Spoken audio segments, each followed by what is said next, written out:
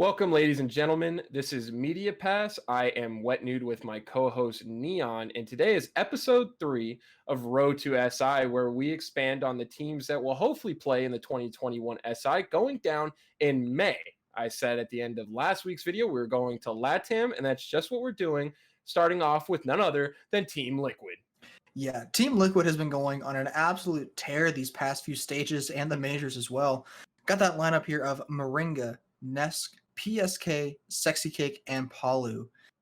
Palu and Nesk have been doing fantastically with their KDs. Palu as well with his entries going 31-13. That's incredible, something that you don't really see anybody else doing in Siege right now. Yeah, that's 100% accurate. I mean, those entry numbers are through the roof, but they also have a very good set of supports around them. When you talk about Moringa, PSK, and Sexy Cake, I mean, they hold their own. They're all extremely experienced players, and Sexy Cake is the only one struggling a little bit on the KD side, but he makes up for it with those extremely clutch plays, and as you can see, he's got tied for the most currently on the team. So Palu, Nesk, they're going to put in the work, but PSK and Sexy Cake Moringa, extremely fantastic behind them. Yeah, this is a whole team of very competent players. But going into the first stage here, they went 13-4 in their win-losses. Palu and Nesk, and this is going to be a very consistent thing you'll see throughout the next couple of stages, did very, very well for themselves, having a 1.28 and 1.26 rating together, and as well as a KD differential of Palu with a plus 67 kills and Nesk with a plus 64 kills. The two of them together topping that chart. Moving on to the August major, we have them going 1-2 versus Ninjas in Pajamas, 1-2 again versus FaZe. So unfortunately, they didn't make it into the finals of that major, but Palu again just going on an absolute tear with one of the highest ratings for that event with a 1.4. Yeah, couldn't agree more. Their stage 1, although couldn't make the major, Palu and Nesk were absolutely insane. And I got to tell you, nothing's going to change going into stage 2. They had a slightly worse record. They went 11-7 overall in stage 2, but Palu once again had the highest rating and a plus 45 in KD and plus 18 in entry. Nesk not too far behind with a plus 24 in KD. When it comes down to that major, though, in November, finally we have a bit of a different story. They're able to get the results that they want, and they end up going all the way to the final against none other than Team 1, and they have a very successful 3-1 victory with Palu and Nesk once again leading the charge. Palu with a 1.52 rating and a plus 21. I mean, the work that those two entries put in are by far probably one of the best entry duos, I think, in all of the world. Yeah, there's not many other duos that can compete with that level of capability, I guess, for lack of a better word.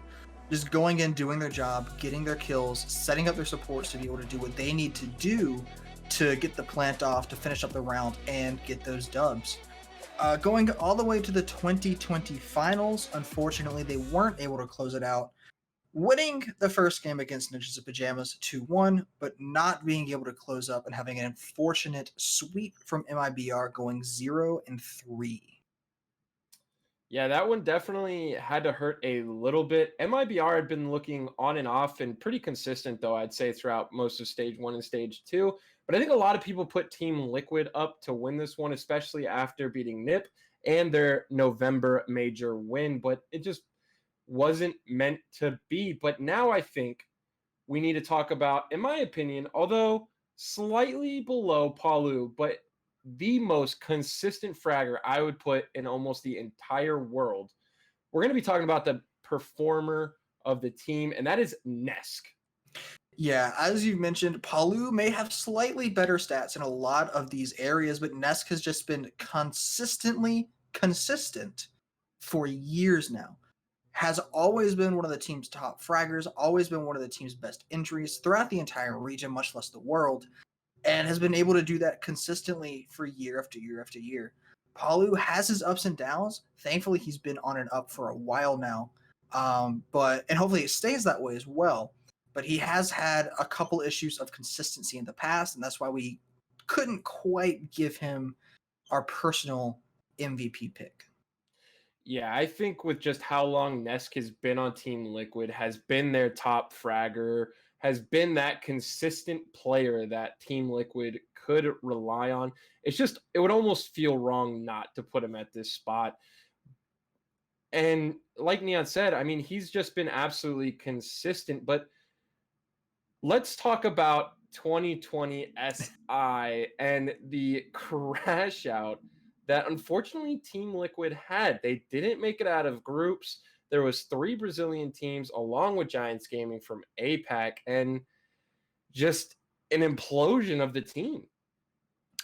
Well, I guess we can say that Team Liquid didn't lose in the international competition to an international team, managing to beat Giants Gaming, but losing both of their matchups to MIBR and Ninjas in Pajamas.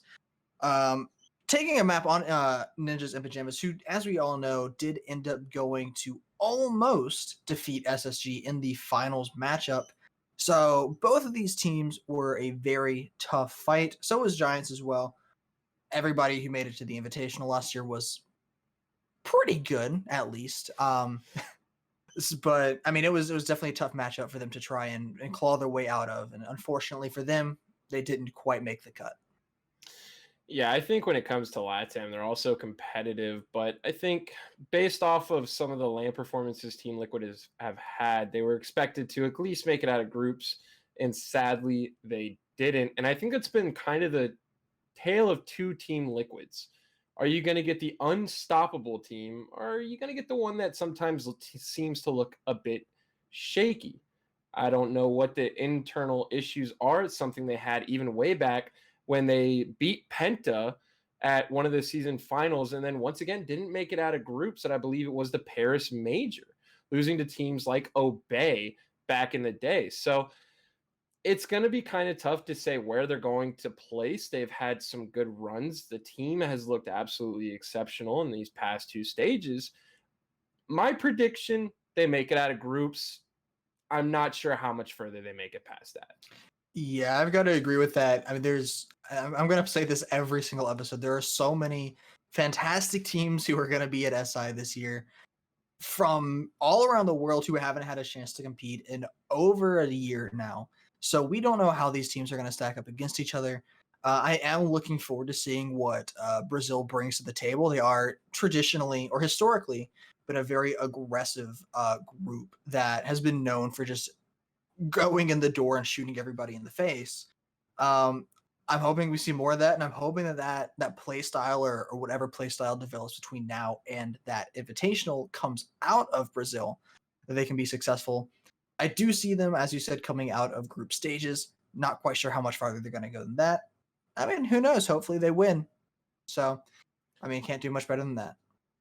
Yeah, I mean, the talks with the current meta and the way that it's starting to shape up, APAC and LATAM are kind of the ones getting the push that this meta might help them. So we'll just have to wait and see. All Team Liquid can hope is that they only get one LATAM team in their group with them, as like Neon stated before. Technically, the last SI, they did not lose to the only international team they had to play. It's just been Brazil beating Brazil. But with that being said, this is episode 3 of Road to SI. We covered Team Liquid today, and next week we will be hitting old APAC up, a region that even a lot of the hardcore fans might not really pay attention to. It's been Wet Nude with my co-host Neon as always. Have a great rest of your day, and I hope you enjoyed the show.